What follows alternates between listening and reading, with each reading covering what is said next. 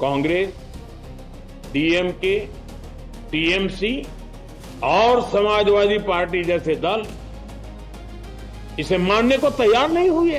कोई न कोई टेक्निकल पेंच फंसाकर ये महिलाओं के अधिकारों पर डाका डालते रहे हैं। कांग्रेस के इस रवैये ने हमेशा देश का बहुत बड़ा नुकसान किया है। कांग्रेस परजीवी की तरह क्षेत्रीय दलों की पीठ पर सवार होकर खुद को जिंदा रखे हुए है। लेकिन कांग्रेस ये भी नहीं चाहती कि क्षेत्रीय दलों की ताकत बढ़े।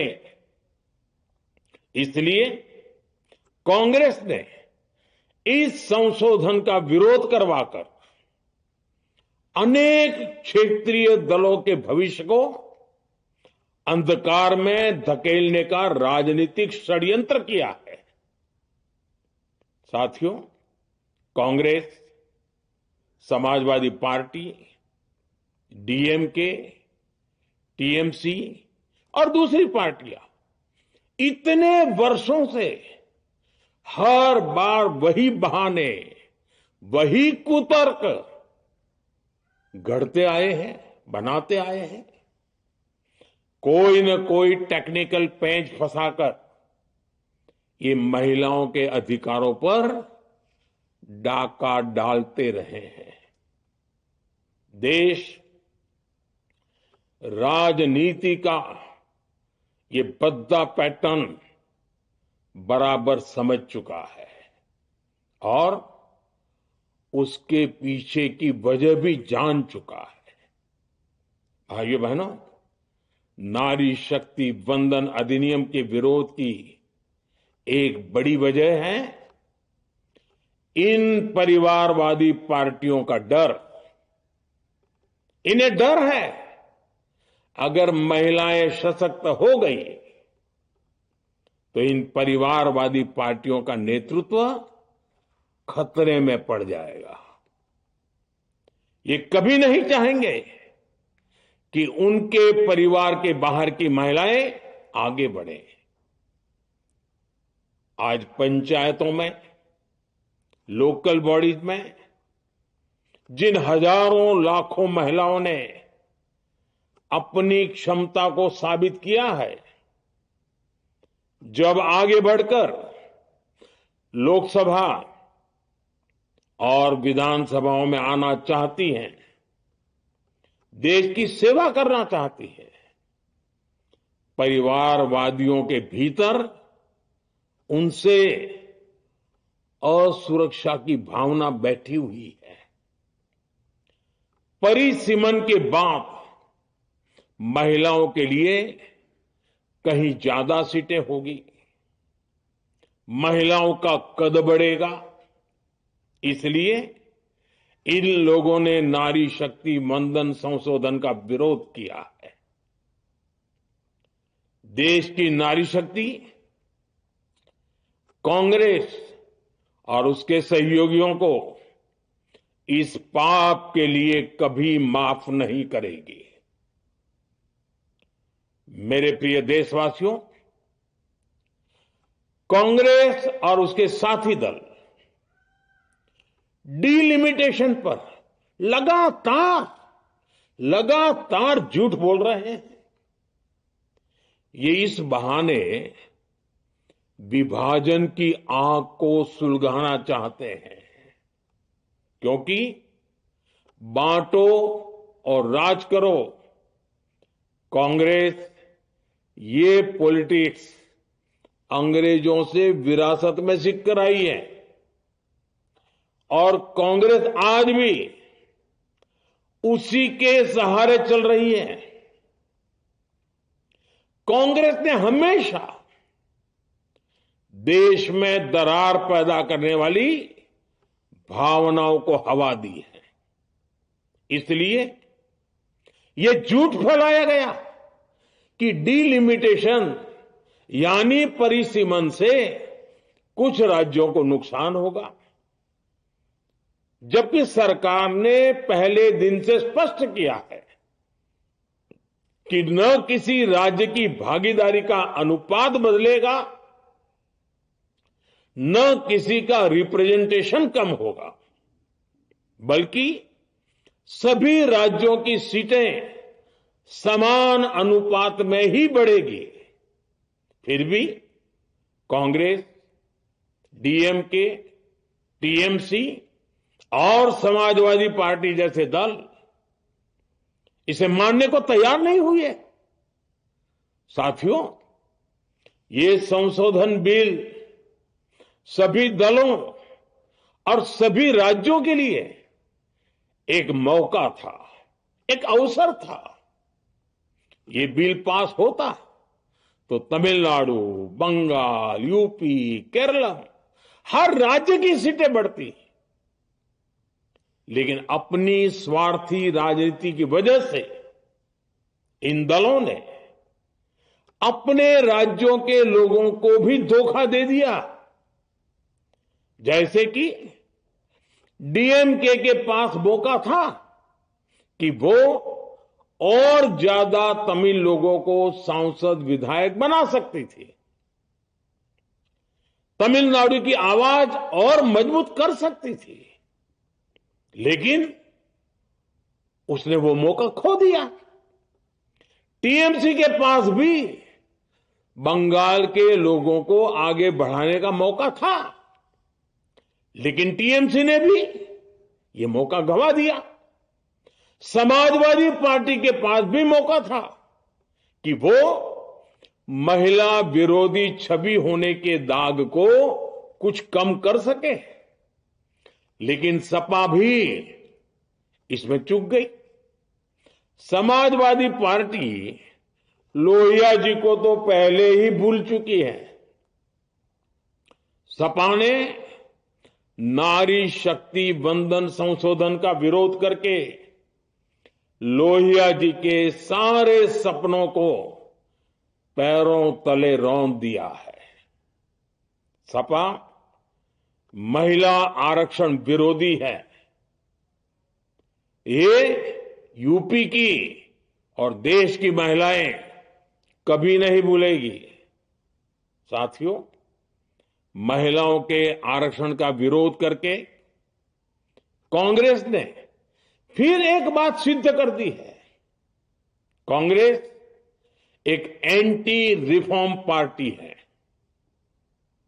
21वीं सदी के विकसित भारत के लिए जो भी निर्णय, जो भी रिफॉर्म जरूरी है, जो भी निर्णय देश ले रहा है, कांग्रेस उन सब का विरोध करती है, उसे खारिज कर देती है, उस काम के अंदर खलल डालती है। यही कांग्रेस का इतिहास है और यही कांग्रेस की नेगेटिव पॉलिटिक्स है। साथियों, ये वही कांग्रेस है जिसने जनधन, आधार, मोबाइल, स्त्री शक्ति का विरोध किया। कांग्रेस ने डिजिटल पेमेंट्स का विरोध किया। कांग्रेस ने जीएसटी का विरोध किया। कांग्रेस ने सामान्य वर्ग के गरीबों को आरक्षण का विरोध किया। कांग्रेस ने ट्रिपल तलाक के विरुद्ध कानून का विरोध किया। कांग्रेस ने आर्टिकल 370 हटाने का विरोध किया।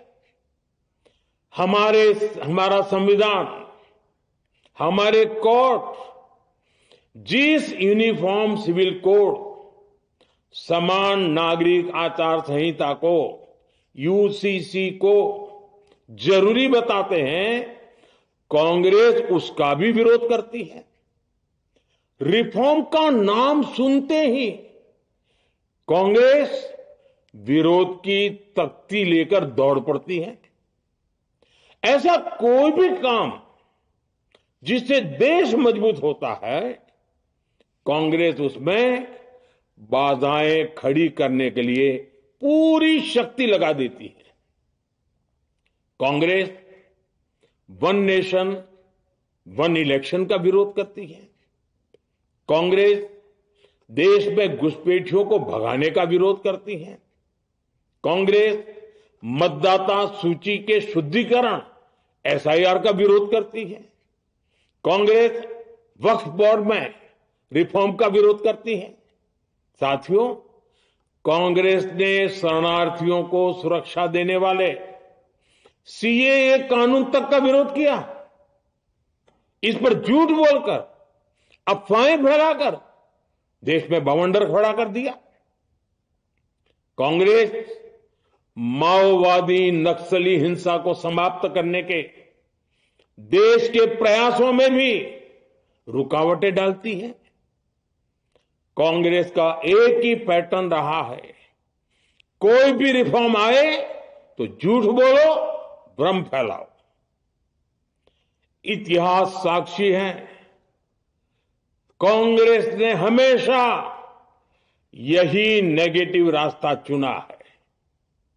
साथियों, जो भी कार्य देश के लिए जरूरी फैसला होता है, कांग्रेस इसको कारपेट के नीचे डाल देती है। कांग्रेस के इसी रवैये की वजह से भारत विकास की उस ऊंचाई पर नहीं पहुंच पाया जिसका भारत हकदार है। आजादी के समय उस दौर में हमारे साथ और भी कई देश आजाद हुए थे। ज्यादातर देश हमसे बहुत आगे निकल गए और इसकी वजह थी कि कांग्रेस हर रिफॉर्म को रोककर बैठी रही।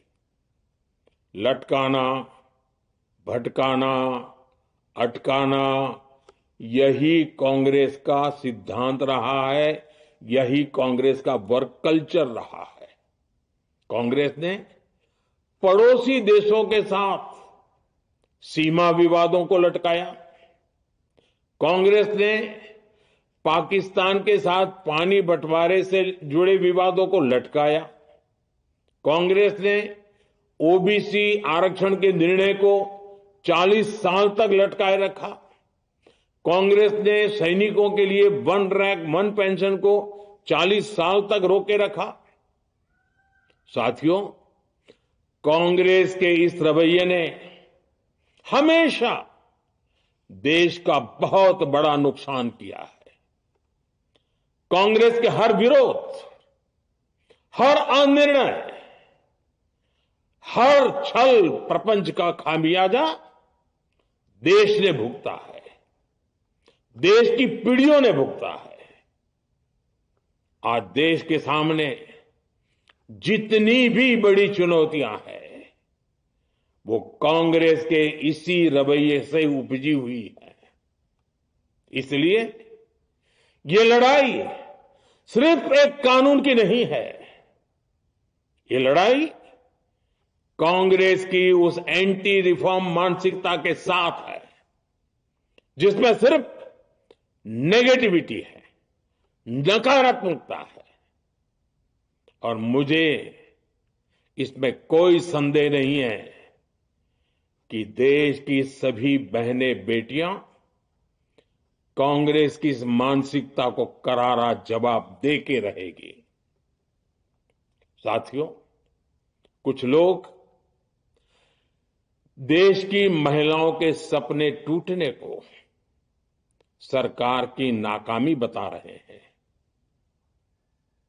लेकिन ये विषय कामयाबी या नाकामयाबी क्रेडिट का था ही नहीं। मैंने संसद में भी कहा था, आधी आबादी को उनका हक मिल जाने दीजिए, मैं इसका क्रेडिट विज्ञापन छपवाकर विपक्ष के सभी लोगों को दे दूंगा। लेकिन महिलाओं को दकियानुसी सोच से देखने वाले फिर भी अपने झूठ पर अड़े रहे, कायम रहे। साथियों, नारी शक्ति को भागीदारी दिलाने की लड़ाई दशकों से चल रही है। वर्षों से मैं भी इसके लिए प्रयास करने वालों में से एक हूं। कितनी ही महिलाएं ये विषय मेरे सामने उठाती रही हैं। कितनी ही बहनों ने पत्र के द्वारा मुझे सारी बातें बताई हैं। मेरे देश की माताएं, बहनें, बेटियां, मैं जानता हूं आज आप सब दुखी हैं। मैं भी आपके इस दुख में दुखी हूं। आज भले ही बिल पास कराने के लिए जरूरी 66% वोट हमें नहीं मिला हो, लेकिन मैं जानता हूं देश की 100%, 100% नारी शक्ति का आशीर्वाद हमारे साथ है।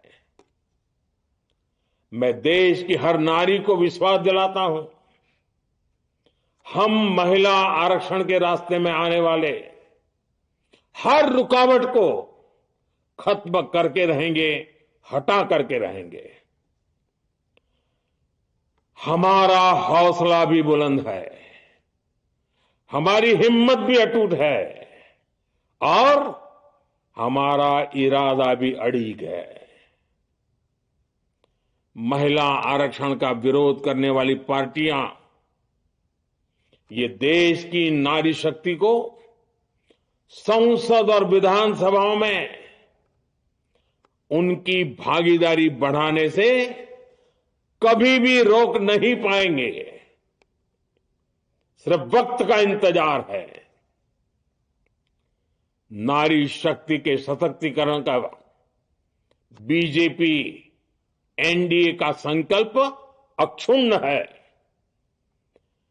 कल हमारे पास संख्या बल नहीं था, लेकिन इसका मतलब ये नहीं है कि हम हार गए। हमारा आत्मबल अजेय है। हमारा प्रयास रुकेगा नहीं, हमारा प्रयास थमेगा नहीं। हमारे पास आगे भी और मौके आएंगे। हमें आधी आबादी के सपनों के लिए, देश के भविष्य के लिए इस संकल्प को पूरा करना ही है। आप सबका बहुत बहुत धन्यवाद।